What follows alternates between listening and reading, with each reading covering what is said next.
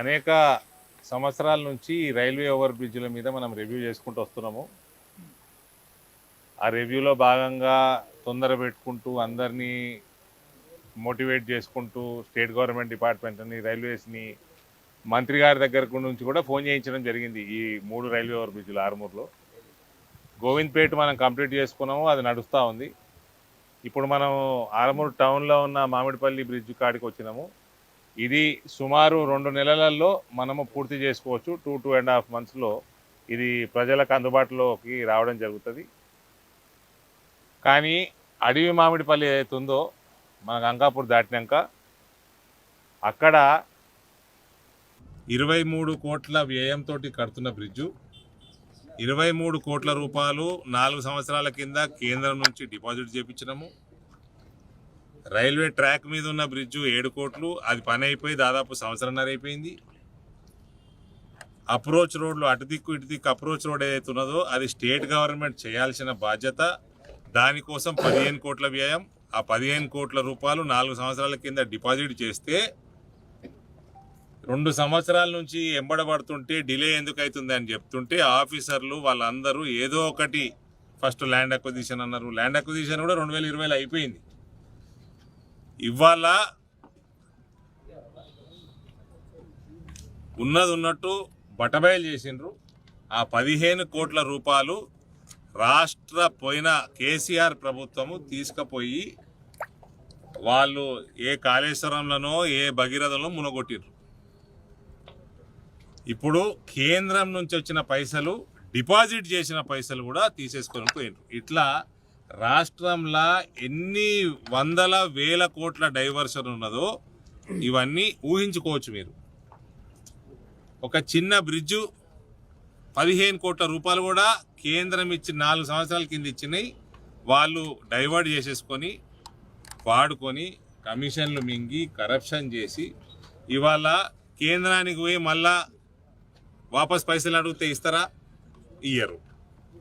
రాష్ట్ర ప్రభుత్వం, ఇప్పుడున్న ప్రభుత్వం అవి ఎక్కడి నుంచి జమ చేసి కట్టాలనో వాళ్ళు ఇప్పుడు వెంకటరెడ్డి గారి దగ్గరకు పోయి మేము రిక్వెస్ట్ చేస్తాము, దయచేసి తొందరగా క్లోజ్ చేయమని చెప్పి. ఈ రకమైన నిజామాబాద్ ప్రాంత ప్రజలు కానీ తెలంగాణ ప్రజలు కానీ ఇటువంటి డైవర్షన్స్ కొన్ని వేల కోట్లలో లక్షల కోట్లలో ఉంటాయి తెలంగాణలో. ఇవన్నీ కూడా ఏ రకంగా సరి చేస్తారు? ఈ డైవర్షన్లు చేసుకుంటా కాళేశ్వరం గట్టి 20-30% కమిషన్లు మింగి కాళేశ్వరం కూడా మునిగిపోయింది. అలా అంటే ఈ అవినీతి, ఈ కరప్షను, ఈ వందల వేల కోట్ల ఎలక్షన్లు సమాజాన్ని, తెలంగాణ రాష్ట్రాన్ని ఏడికి తీసుకుపోతున్నాయి ప్రజలే ఆలోచన చేసుకోవాలండి. ఈ ఓటుకి 2,000 రూపాయలు, ఓటుకి 5,000 రూపాయలు, ఈ R&B మంత్రి 15 కోట్లు కూడా ఇచ్చిపెట్టలేదు. ఆయన జిల్లాని ఆయన డెవలప్ చేసుకోలేదు. ఓటుకు మాత్రం 5,000 వంచాడు. ఇది ప్రజలు ఆలోచన చేసుకోవాలా. నేను అందుకనే చెప్తాను,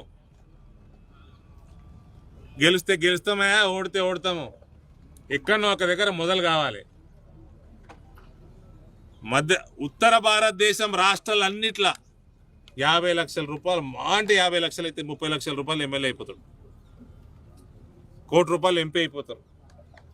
ఇక్కడ ఎమ్మెల్యే అయితే 50 కోట్లు, 70 కోట్లు, 80 కోట్లు, మళ్ళీ వసూళ్ళు, మళ్ళా ఈ కరప్షన్లు, గుట్టలు అమ్ముకున్నాడు, మొరం దందాలు చేసుడు, ఇసుక దందాలు చేసుడు, ఎవరన్నా బిల్డింగ్లు, డాక్టర్లు బిల్డింగ్లు కట్టుకోవాలి, హాస్పిటల్ కట్టుకోవాలంటే సవగొట్టుడు వాళ్ళని కమిషన్ల కోసము.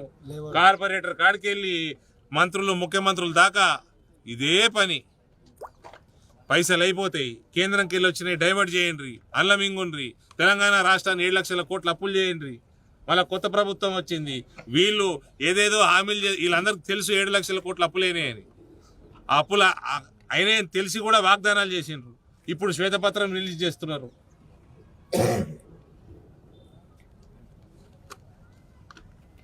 తెలంగాణ రాష్ట్రంలో ఇటువంటి ఎలక్షన్లు, ఇటువంటి అవినీతి, ఇటువంటి వేల కోట్ల రూపాయల విచ్చలవిడితనం ఉంటే ప్రజలు ఆలోచన చేసుకోవాలండి. మన పక్క రాష్ట్రంలో మహారాష్ట్రలో ఇంత ఖర్చు ఉండదు, మధ్యప్రదేశ్ అస్సలు ఉండదు, ఛత్తీస్గఢ్లో అస్సలు ఉండదు. పొంగనాలు కొడతా ఉన్నారు అసెంబ్లీలో చూస్తా ఉన్న పాత ముఖ్యమంత్రి కొడుకు. ఈమె సూక్తులు పలుకుతా ఉంటుంది బిడ్డే. ఎక్కడ రాముడు, ఏడుకెళ్ళి వచ్చిన రాముడు, రామ జన్మభూమి, సూర్పనఖ జన్మభూమి, రామన్ జన్మభూమి, విభీషణ్ జన్మభూమి అన్నోడు రామ జన్మభూమిని రాజకీయం చేస్తున్నాను అన్నామే ఇలా కోట్లాది మంది హిందువులు వెయిట్ చేస్తున్నారు అన్న కాడికి దించినాము. అది బీజేపీ దించినాం ఇలా అహంకారాన్ని. కల్వకుంట్ల ఫ్యామిలీ కూడా అక్షంతలు అడుగుతున్నారు ఇప్పుడు. ఇవ్వట్లేదు, మనం ఇంతకుముందు అన్నారు కదా అని. కాబట్టి ప్రజలు ఆలోచన చేసుకోవాలండి. ఈ వేల కోట్ల రూపాయల ఎలక్షన్లు చేస్తే మనమే ఇవాళ ఆర్మూరు అడవి మామిడిపల్లిలా నాకు 100 ఫోన్లు వచ్చినాయి ఆర్మూరు నిజామాబాద్ ప్రాంతం నుంచి. అరవింద్ అది ఏమైంది, దుమ్ము బాగుంది, చుట్టుపక్కల అయితే ఉండలేరాడ, ఎట్లా బతుకుతున్నాడు నాకు అర్థం కాదు. ఆడ నుంచి కార్లు వస్తుంటేనే వశపడదు, అంత దుమ్మునది. ఇగో ఇది అయిందండి. 15 కోట్ల రూపాయలు 4 సంవత్సరాల కింద డిపాజిట్ చేపిస్తే మేము అది తీసుకుపోయి ఏంటో మునగొట్టిరు. ఇప్పుడు ఎట్లా కట్టాలి, మళ్ళీ వాపస్ ఇవ్వమంటే ఇస్తారా 15 కోట్లు? ఇట్లా ఎన్ని ప్రాజెక్టులు అయినాయి. ఈ గోవింద్పేట్ బ్రిడ్జ్ కూడా, ఈ బ్రిడ్జ్ కూడా, ఇప్పుడు ఊర్లో ఉన్న మామిడిపల్లి బ్రిడ్జ్లో కూడా ఇది ఎంబడవాడి కాంట్రాక్టర్లు ఫోన్లు చేస్తే ఇది ఆ గోవింద్పేట అయిపోయింది, గోవింద్పేట పోయేది ఇది దగ్గర పడ్డది. ఊరు మామిడిపల్లి పరిస్థితి అది. 15 కోట్లు మింగేసిన అయిపోయింది. ఇప్పుడు ఎవడు కట్టాలి పైసలు, ఎవడు తేవాలి? ఇది ప్రజలు బాగా చాలా ఆలోచన చేసుకోవాలి. నరేంద్ర మోడీ అనేటువంటి ఉన్నాడు కాబట్టి దేశం నడుస్తున్నదండి.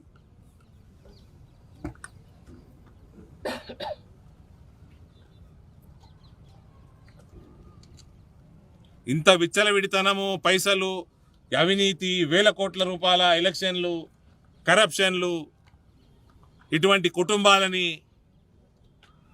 కుటుంబ రాజకీయాలని కథం పట్టేయాలని నరేంద్ర మోడీ గారు అందుకనే పదే పదే పదే పదే ఆయన రిక్వెస్ట్ చేస్తూ ఉంటాడు, తిరుగుతూ ఉంటాడు రిక్వెస్ట్ చేసుకుంటా. ఇలా అర్థమవుతా ఉంది. ఇన్ని లక్షల కోట్ల అప్పులలో ఉన్న రాష్ట్రంలో మళ్ళా అనేక స్కీమ్స్ అనౌన్స్ చేసిరు కొత్త ప్రభుత్వం. వాళ్ళు స్కీమ్స్ అనౌన్స్ చేసిరని వేసిన రోడ్లు ఇప్పుడు ఎట్లా చేస్తారు? అవినీతి రాజ్యము, విచ్చలవిడి ఎలక్షన్లు, బాధ్యత లేని మేనిఫెస్టోలు,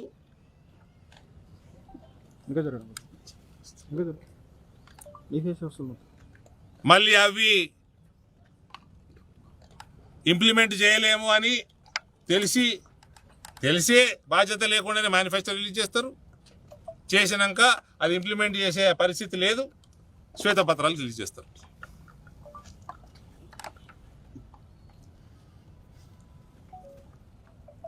కాబట్టి ప్రజలు మీ చేతుల్లో ఉంది, ప్రతి ఒక్కటి ఓటర్ చేతుల్లోనే ఉంది. దేశం ఎట్లా నడవాలను ఆలోచన చేసి నిర్ణయం తీసుకోవాల్సిందిగా కోరుతా ఉన్నా. ఇక ఎమ్మెల్యే గారు రాకేష్ రెడ్డి గారు, నేను ఈ 2 బ్రిడ్జిలది రివ్యూ అయిపోయింది. ఇదైతే సరే అయిపోతుంది 2 నెలల్లో. దీనికి కూడా మొత్తం రైల్వే ఫండే. ఏమైనా డైవర్ట్ చేసినా ఈడికెళ్ళాలంటే ఆఫీసర్ లేదని చెప్పిండ్రు. 2 నెలల కథం పట్టిస్తామన్నారు.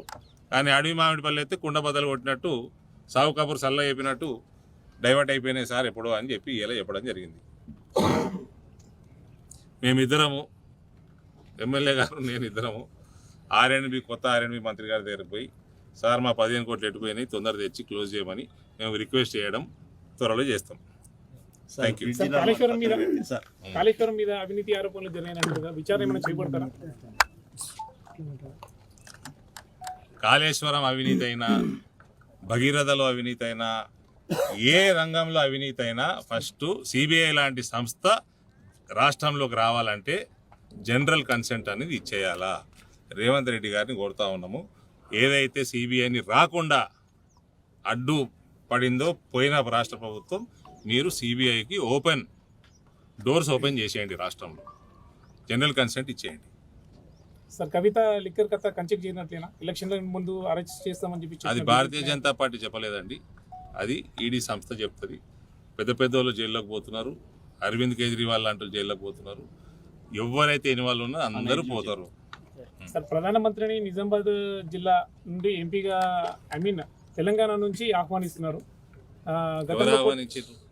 మీరు నిన్న చెప్పారు కదా, ఒకవేళ నరేంద్ర మోడీ గారు నిజామాబాద్ నుంచి జిల్లా నుంచి చేస్తే మేము పాదయాత్ర చేస్తాము. చేస్తే ఆయన చేస్తాం గెలుపు కదా. కోసం అని చెప్పేస్తున్నారు కదా. ఆహ్వానించింది ఎవరు? ఎన్నికల్లో పోటీ చేసిన ఎంపీలు అరే రామా నువ్వే మాట్లాడతావు ఇక. క్వశ్చన్ సార్, ఇందా ఇక్కడ ఇటు వచ్చి క్వశ్చన్ ఇటు వచ్చేసి క్వశ్చన్ ఇంత పొడి ఉంటుందా?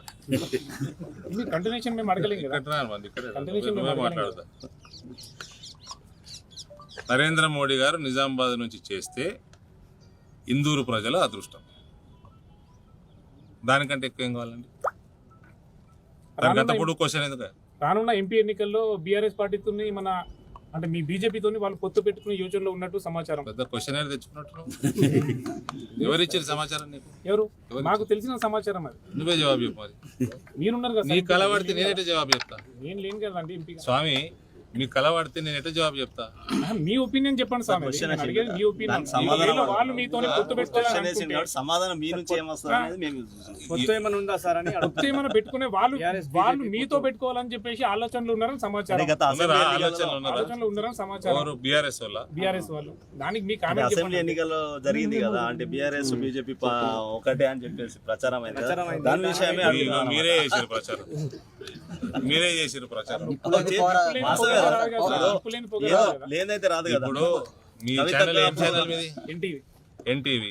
మీ ఛానల్ కి కవిత బాగా ప్యాకేజీలు ఇస్తుంది సమాచారం నిజమా చెప్పు? మేబీ కావచ్చు. కావచ్చు అంట ఇచ్చిందంట. మేబీ కావచ్చు అండి. నేను ఇచ్చిందని చెప్పలే. మేబీ కావచ్చు అన్న మాకు తెలియదు. ఎటువంటి పొత్తు ఉండే ప్రసక్తే లేదు మీకు. ఇది చూడండి సార్, నరేంద్ర మోడీ గారు కెమెరాలు ఇటున్నాయి సార్. నిజామాబాద్ లో అంత పెద్ద సభలో కేసీఆర్ లాంటి వాడితోటి మేము పని చెయ్యలేము అని స్పష్టంగా చెప్పినాక మీరు ప్యాకేజీలు తీసుకొని పనికి మాల న్యూస్లను ఎందుకు కవర్ చేస్తారు చెప్పండి?